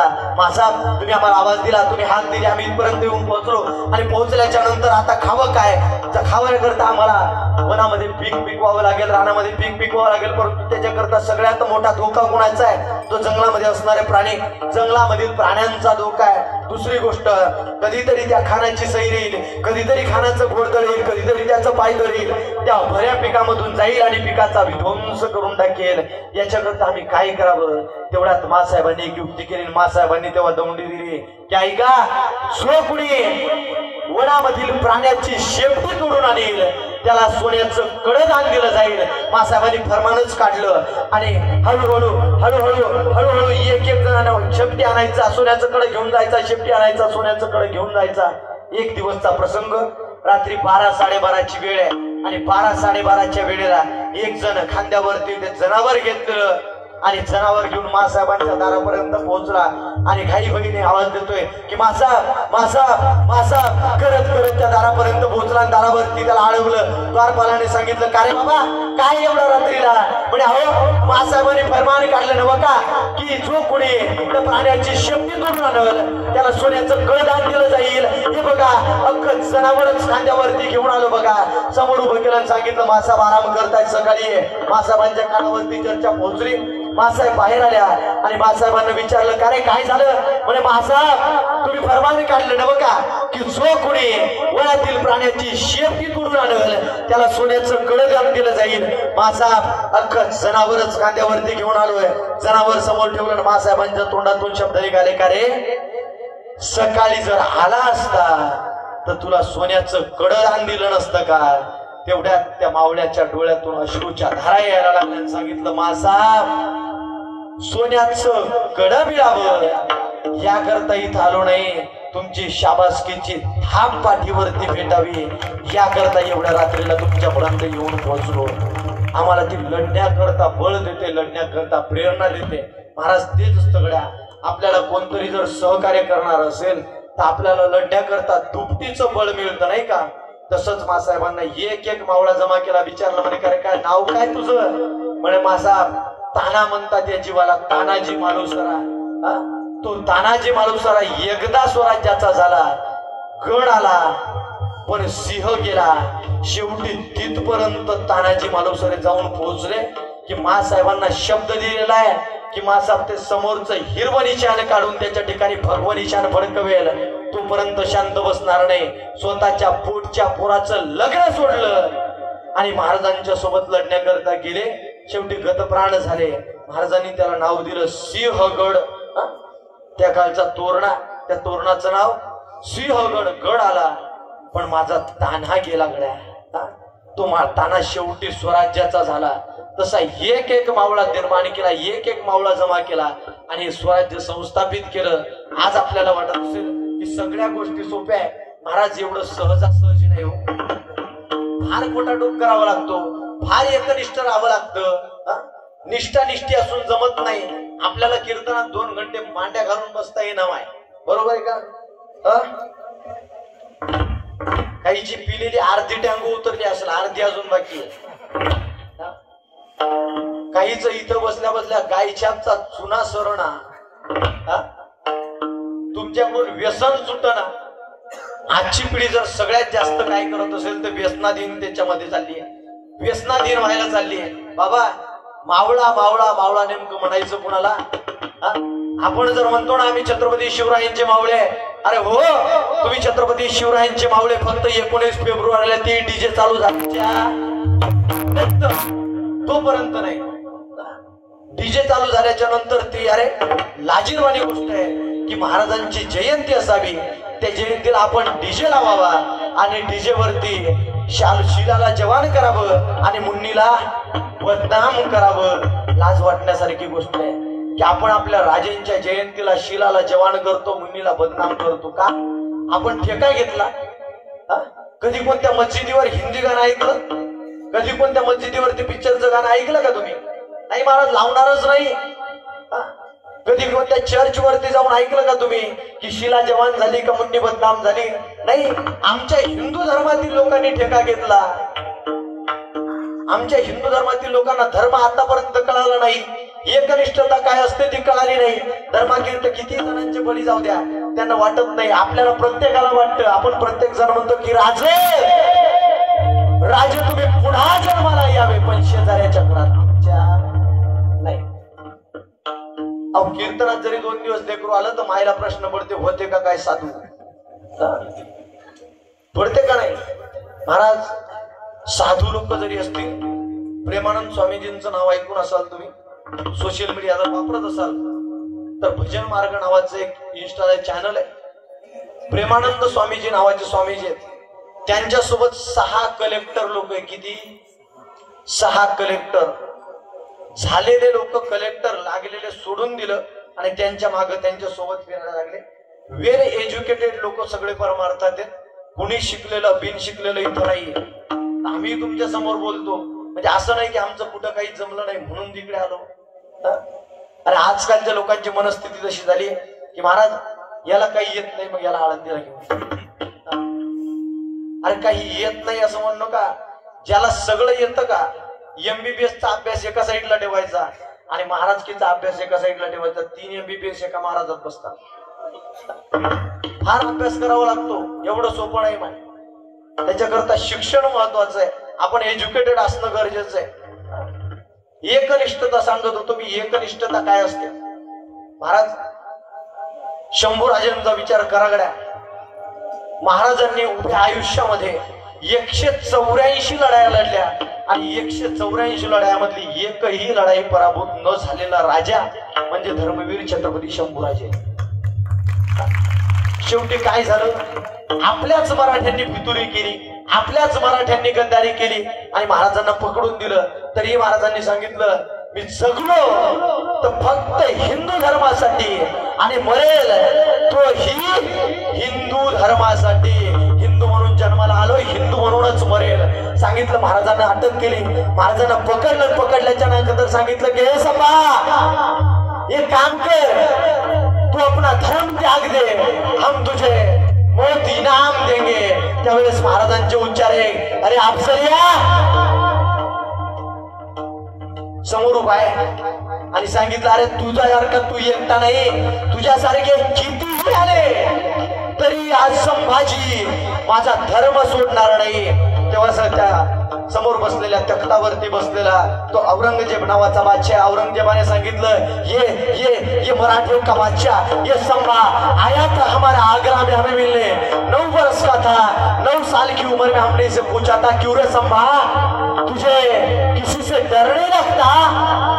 त्यावेळेस याने सांगितलं होतं की अरे अफजल खान, अरे औरंगजेब हमें किसी से डर नहीं लगता, बल्कि हमारी वजह से सबको डर लगता है. सळो की पळू करून सोडलं. रामशेज नावाच्या किल्ल्याकरता 9 वर्ष लागले. एवढा छोटासा किल्ला घेता आला नाही. महाराज शेवटी हाल हाल केले त्यांनी. महाराजांचे डोळे काढले, महाराजांचे कान कापले, महाराजांची जीभ काढली आणि हाल हाल केल्याच्या नंतर महाराजांना शेवटी मरावं लागलं, मृत्यूला स्वीकारावं लागलं. विचारलं की अरे संभा कुठं ठेवली असं म्हणजे तुझ्या याची हिंदुस्थानाची शमशेर, तुझ्या हिंदुस्थानाची जहागीर ठेवली नेमकी कुठं आम्हाला सांग तरी. त्यावेळेस सांगितलं की अरे अफजल खान, अरे औरंगजेब, हे जे गड किल्ले दिसतात ना, हीच आमची सगळ्यात मोठी संपत्ती आहे आणि ती संपत्ती तुला नेता येत असेल तर घेऊन जा. सांगितलं नाही महाराजांनी शेवटपर्यंत. महाराज गतप्राण झाल्याच्या नंतर महाराजांचे हाल हाल केले आणि शेवटी राजांचे उच्चारे की देवा जा, हे वादळा, सांग त्या मासाहेबांना, सांग त्या छत्रपती शिवरायांना, सांग माझ्या आबासाहेबांना की आबासाहेब तुमचा संभाजी या माती करता मेला, मातीत नाही मेला. जो माती करता मरतो त्याचा इतिहास लिहिला जातो आणि जो मातीत मरतो त्याचं नाव कोणी घ्यायला तयार नसतो दादा.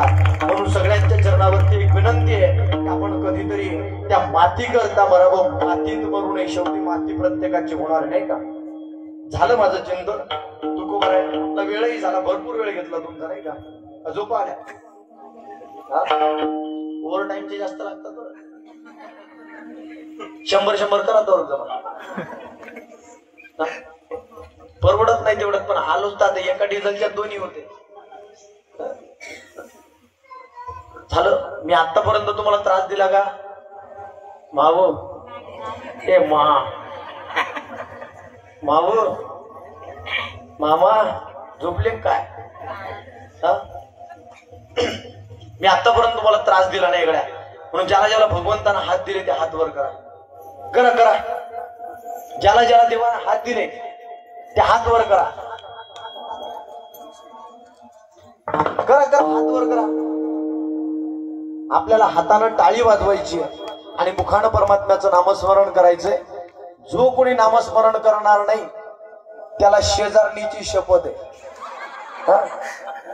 माय घराच्या शेजारणीची म्हणून आम्ही कीर्तनातल्या शेजारणीची सांगायला. घराची जर शेजारीची शपथ दिली तर तुम्ही म्हणजे बरी मेली तर मुर्दा ताण. घरातली शेजारी म्हणा, कीर्तनातल्या शेजारणीची शपथ. हात वर करा ना. करा करा, हात वर करा. मागची मंडळी सगळे हात वर करा. हात वर करा. मुखानं नामस्मरण करायचंय, हाताने टाळी वाजवायची आणि तुम्हाला सगळ्यांना राम महाराजची शपथ वेगळ्या की जो कोणी हाताने टाळी वाजवणार नाही आणि मुखाने नामस्मरण करणार नाही तर मी इथं डोकं आपटून जीव लिहिलवा. असं 2-4 गावात दिला बरं का. हाताने टाळी वाजवायची आणि मुखाने नामस्मरण करायचंय. विठोबा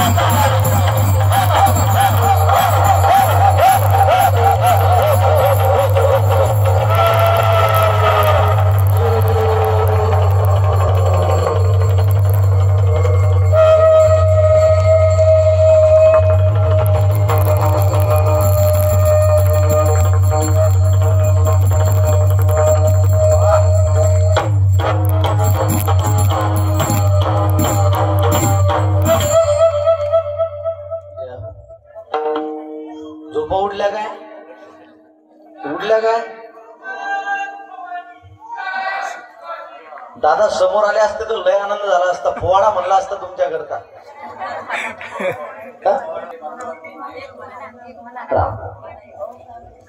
जर इच्छा असेल सगळ्यांची ऐकण्याची तर म्हणतो बा. भजन करा मग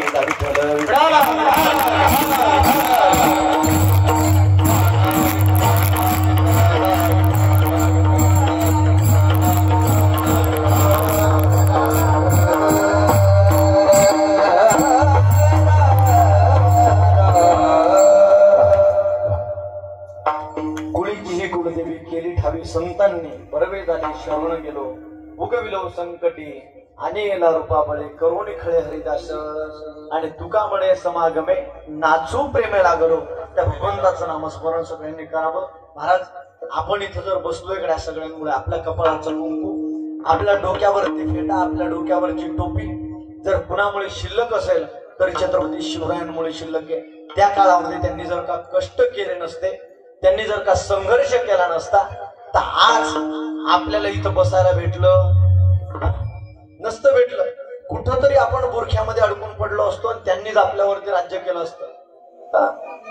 म्हणून आपण कुठेतरी आपल्या धर्माकरता एकनिष्ठ असलो पाहिजे.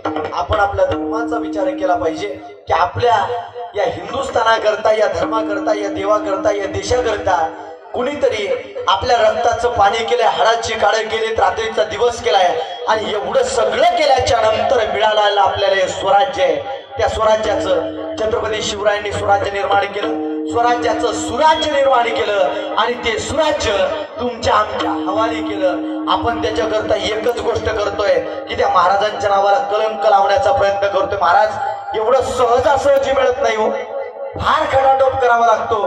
काय केलं महाराजांनी? महाराजांनी प्रतापगड नावाचा गड आहे, त्या प्रतापगड नावाचा गड मिळवण्याकरता फार कष्ट सहन केले, फार हालअपेष्टा सहन केल्या आणि एक दिवसचा प्रसंग दुपारची वेळ आहे आणि त्या बडी बेगमचा दरबार भरलाय. त्या बेगमच्या दरबारामध्ये बेगम बसलेले आणि बेगम नावात दिला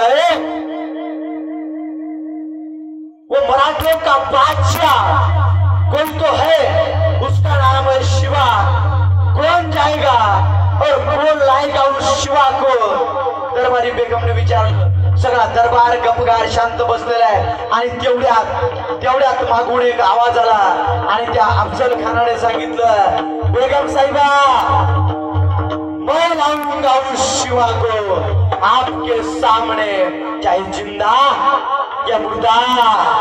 मी तुमच्या समोर त्याला घेऊन येतो, जातो आणि घेऊन येतो. बघा मीड खोला थोडा याचा, मीड खोलून द्या. राम राम श्रीराधे श्रीराधे गेन वाढवा श्रीराधे श्रीराधे राम राम. त्या अफजल खानाने सांगितलं आणि अफजल खानाने त्या बेगमला आवाज दिला, सांगितलं बेगम साहेबा मी आत्ता जातो आणि त्या शिवबाला चिरडून घेऊन येतो. महाराजांनी त्या अफजल खानाला भेटण्याकरता एक सांगावा धाडला आणि त्याला माहित नाही की छत्रपती शिवराय कोण आहे, त्यांच्या नावाची ताकद काय माहित नाही, फक्त कानावरती नाव पडलेलं आहे, कोण तो है वो मराठों का बादशाह काफी शिवा. जायचं त्याला चिरडायचं आणि घेऊन यायचं बेगमच्या दरबारामध्ये. म्हणून त्याच्याकरता त्याने तो सांगावा हसत हसत खानानं कबूल केला आणि श्रीगाला खान महाराजांना भेटण्याकरता, महाराजांनी सुद्धा त्या खानाला भेटण्याकरता फार मोठी तयारी केली. ठिकाण ठरली, वेळ ठरलं. कोणतं ठिकाण? प्रतापगडच्या पायथ्याशी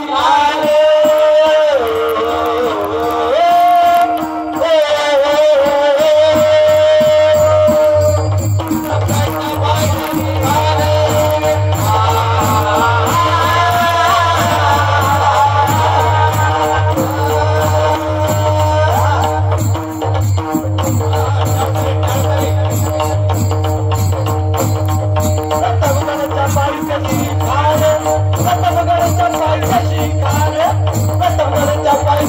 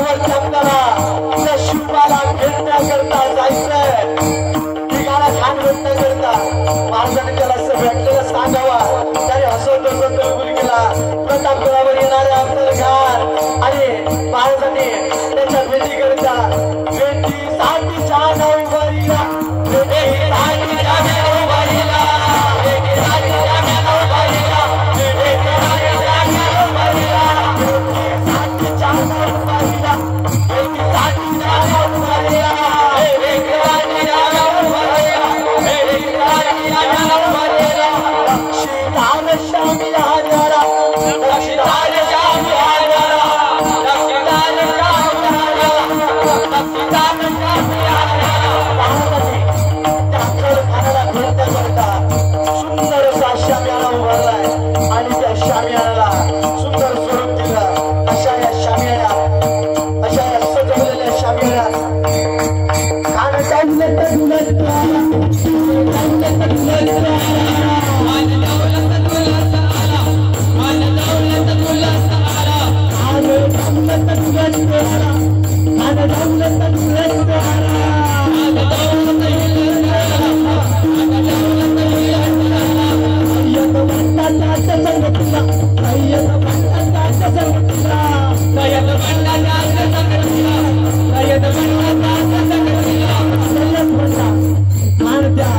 दरबारामध्ये त्या शामियान्यामध्ये पोहोचलेला आहे आणि सोबत घेऊन आला कुणाला सय्यद बंडाच्या संगतीला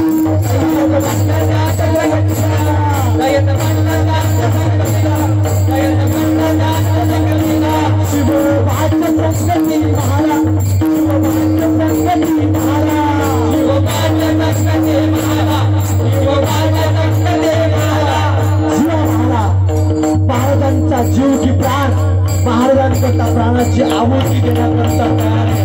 असा असताना शिव महाराज त्याला सोबत घेऊन आले. शिव भाग्य संकटी महाराज, शिव भाग्य संकटी महाराज, शिव भाग्य संकटी महाराज, शिव भाग्य संकटी महाराज शामियानामध्ये पोहोचले आणि शामियानाच्या दरवाजावरती पोहोचल्याच्या नंतर तो अफजल खान आतून छत्रपती शिवरायांना बघतो आणि आवाज येतो, शिवाजी हमारे जगह लग जाओ. महाराजांना आवाज देतोय, कान हात मारितो हसरी, कान हात मारितो हसरी, लोकं नजारा मारी जुलाई.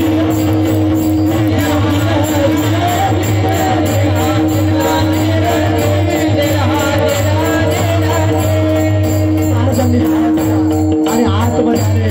अफजल खानाने दोन्ही बाजू फैलवल्या आणि महाराजांना म्हणतोय, आओ शिवाजी हमारे गले लग जाओ. महाराजांनी मिठी मारली आणि मिठी मारल्याच्या नंतर त्या ठिकाणी खानाने दगा केला आणि अफजल खानाने आपलं कट्यार काढलं आणि महाराजांना मिठी मारल्याच्या नंतर अभिमान मारल्याला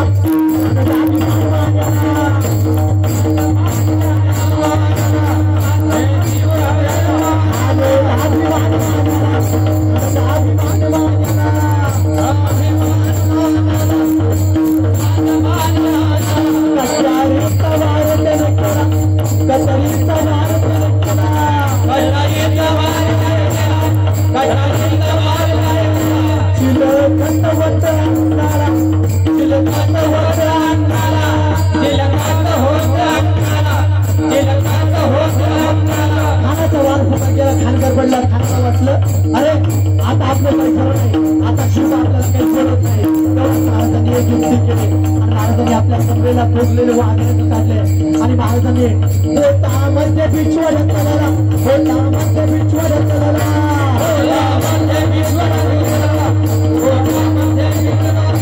वाघनकाचा मारा केला, वाघनकाचा मारा केला,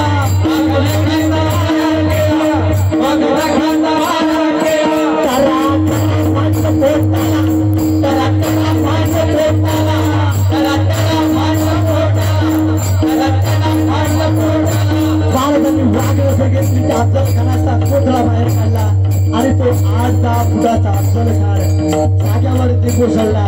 त्याचा त्याच ठिकाणी मृत्यू झाला.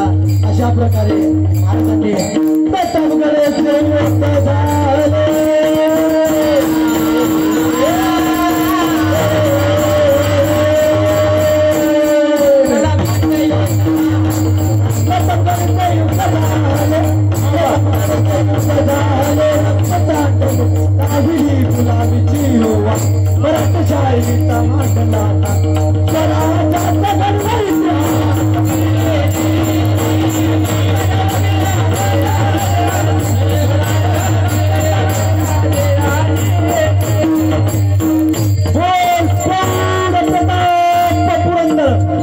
क्षत्रिय प्रभुवंश सिंहासनाधीश्वर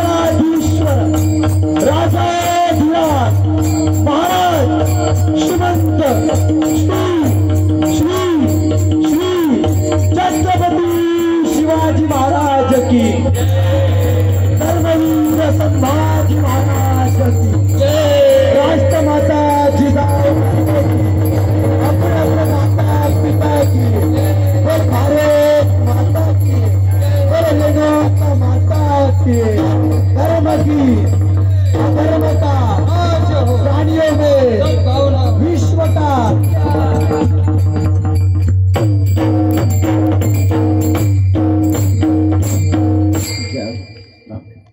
झालं बरोबर.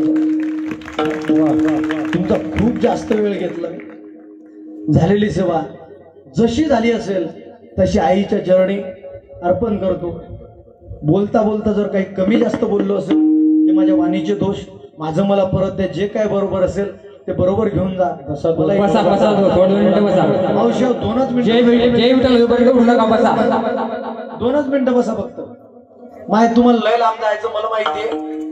हा तुम्ही बाहेर गावून आल्या, मी गावातलाच आहे. म्हणून झालेली सेवा तुमच्या सगळ्यांच्या चरणी अर्पण करतो. मला इथे येण्याचं सौभाग्य ज्यांच्यामुळे प्राप्त झालं, आमच्या किरणताई असतील त्यांच्याही चरणावरती सेवा समर्पित करतो. माझ्यावर नितांत प्रेम करणारी प्रेमाची बरीचशी मंडळी या ठिकाणी आलेली. आमचे सागर दादा असतील, निकेश दादा असतील, काही मंडळी शेगाववरून आली, काही बुलढाण्यावरून आली. इथपर्यंत ते कीर्तनाकरता पोहोचले. आमचे साताऱ्याचे डॉक्टर साहेब असतील तेही इथं आहेत आणि 2 तास झाले मोबाईल हातात घेऊन उभे आहेत. म्हणजे मला माझ्यापेक्षा त्यांची कमाल वाटते की त्यांचा हातही हल्ला नाही. त्यांच्याही चरणावरती सेवा समर्पित करतो. तुम्ही सगळेजण असतील, सगळ्यांच्या चरणावरती आमचे मृदंगाचार्य दादा असतील, सगळे छोटे छोटे बाळगोपाल असतील, गायनाचार्य बाबा असतील, सगळ्यांच्या चरणावरती सेवा समर्पित करतो. जे काही चुकलं असेल माझं मला परत द्या, बरोबर असेल ते सोबत घेऊन जा, नाही का. भजन करा. ज्ञानेश्वर